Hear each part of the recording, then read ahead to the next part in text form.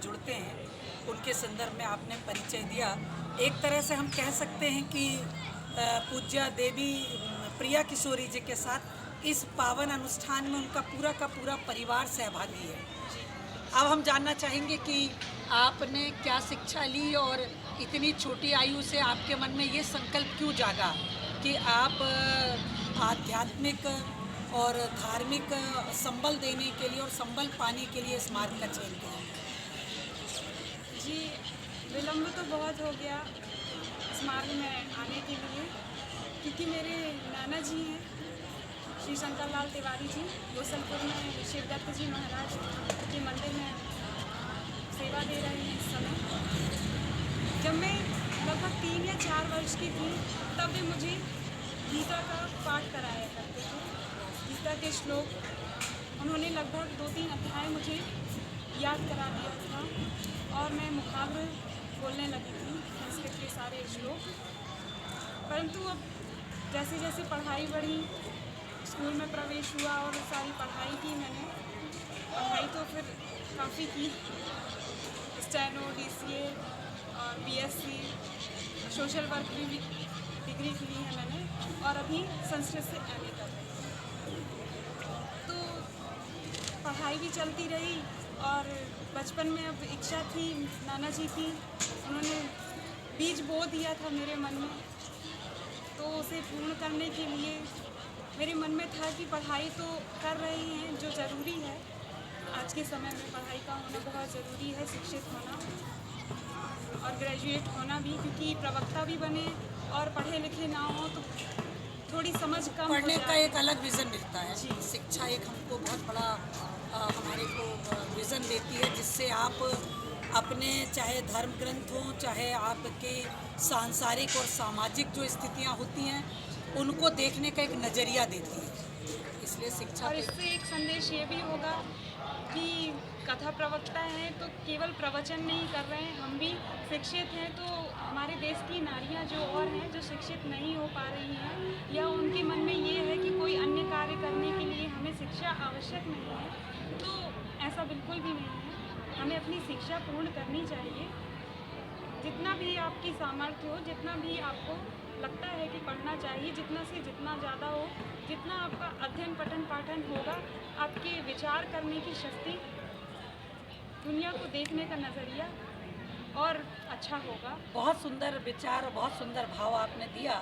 हालांकि सरकार का भी मोटो होता है बेटियां को बेटी पढ़ें, बेटी बचाओ, ये सारे अभियान चलते हैं, लेकिन शिक्षा उसमें एक बहुत मूलभूत होती है। और आपने जो मूल बात कही है कि जब हम पठन पाठन शिक्षा और हमको वो प्राप्त होता है तो हमारे सोचने समझने का एक दायरा बढ़ता है, और वो दायरा बनता है और बढ़ता है तभी हम आगे कुछ करने के लिए, क्योंकि हमारे ग्रंथों में हम जानते हैं सनातन ही परंपरा एक ऐसी है जिसमें हम इतने प्रकार का चिंतन मंथन कर सकते हैं कि एक गीता जी हो, चाहे भागवत जी हो, चाहे और कोई ग्रंथ हो, जिसके ऊपर आप देखते हैं हजारों लोगों ने उसके पर अपनी टिप्पणियाँ की हैं, अपने चिंतन मंथन के विषय बिंदु निकाले हैं, और उसके ऊपर कोई कुछ सोचता है, कोई कुछ सोचता है, कितने तरीके के विचार आते हैं। ये शिक्षा का बहुत सुंदर तरीका हो सकता है। समय की बहुत लिमिट हमारे पास होती है कि लोगों तक हम अपनी बात पहुंचाएं। मैं आपको अवगत कराना चाहूँगी, मैं साध्वी शिरोमणि हूँ, मेरा शरीर इसी संस्कारधानी मेरी जबलपुर से ही है। मुझे सौभाग्य मिला था विश्व हिंदू परिषद दुर्गा वाहिनी में अपनी सेवा करने। मैं जबलपुर होम साइंस कॉलेज में लेक्चरर थी, और यहाँ मुझे जब मैंने दुर्गा वाहिनी से अपनी यात्रा प्रारंभ की तो मेरी आराध्या वात्सल मूर्ति परम पूज्या दीदी माँ साध्वी रितंबरा जी के पावन सानिध्य में हमने भगवान श्री राम लला की जो जन्मभूमि है उसके लिए हमने संघर्ष किया। हम उसकी एक छोटी सी गिलहरी जैसे अपनी सेवा अर्पित कर पाए, और हमें गौरव मिला कि आगे जो सारी हमने स्थितियाँ देखी, ढांचा ढहने के बाद कोर्ट में वर्षों वर्षों जूझना, और उसके बाद सुखद सारे संदेश आए, और इसके बाद मुझे लगा कि सृजन की भी बहुत आवश्यकता होती है। संगठन जागरण का काम करता है, लोगों को दिशाएं देता है, लेकिन सृजन की ज़रूरत होती है। और मेरी आराध्या ने परम शक्तिपीठ के नाम से वात्सल ग्राम की संरचना वृंदावन धाम ने की है, जहाँ वो अनाथालय, नारी निकेतन और वृद्धाश्रम समाज की ये जो 3 कुरीतियाँ हैं, इससे वो सदैव व्यथित रही। उनको लगता है कि रघुनाथ और विश्वनाथ के देश में कोई अनाथ हो सकता है, तो इसलिए उन्हें ये कष्ट होता रहा और उनने संकल्प किया और इन तीनों को मिला के बड़ी सुंदर वात्सल की सृष्टि बनाई। जब कभी आप वृंदावन जाएं तो मेरी आराध्या के उस संचालित वात्सल ग्राम के दर्शन करें, जहां देखेंगे कि यशोदाएं हैं, उनके आंगन में वो नन्हे फूल नन्ही कलियां खेल रही हैं, जिन्हें समाज ने जिन्हें अवैध और क्या क्या शब्द कह के अनाथ उन्हें तिरस्कार करके कचरे में नाली में इधर उधर फेंका और उनकी वो परवरिश हो रही है। और तीसरा वर्ग समाज का जो बहुत दयनीय स्थिति में है, जो हमें उंगली पकड़ के चलना सिखाते हैं, जब हमारा अवसर आता है कि हम उनकी लाठी का सहारा बने, उस समय हम उन्हें वृद्धाश्रम की दिशा दिखा देते हैं और वृद्धाश्रम भेजने लगते हैं। तो ऐसी वृद्धाएँ वहाँ नानी बनकर एक मातृत्व के गांव को पुष्पित कर रही हैं दीदी। मुझे उनके चरण में, उनकी शरण में 28 वर्ष अपने जीवन को व्यतीत करने का दिया। उन्होंने मुझे बहुत कुछ सिखाया, या यूँ कह लें कि आज हम जो कुछ भी हैं उनकी कृपा के ही महाप्रसाद से। अवसर आया, मैया के चरण में आए कथा कहने के लिए। पिताजी की पुण्यतिथि पर मैया ने आदेशित किया, मेरी गुरु बहन है साध्वी संपूर्णा जी, कल मैंने आपसे चर्चा की, वो भी लेक्चरर रही रायपुर से। मैया ने आदेशित किया कि तुम्हें साधना यहीं करना, तुम्हें साधना कराने वाला भी आएगा। और मैया के तट पे माँ नर्मदा भक्ति परमालय संपूर्णम का निर्माण कार्य चल रहा है। कभी अवसर मिले आप आके देखेंगी। नर्मदा जी के तट पे कंटेनर में एक साधना कुटी बनना और नर्मदेश्वर महादेव के मंदिर का संकल्प है। तो मैं अपने परिचय के साथ केवल यह अवगत कराना चाहती हूँ कि जब हम जैसे जैसे कदम आगे बढ़ाते हैं, तो शिक्षा जो परिवार ने हमें जन्म दिया, परवरिश की, हमने शिक्षा का फल लिया।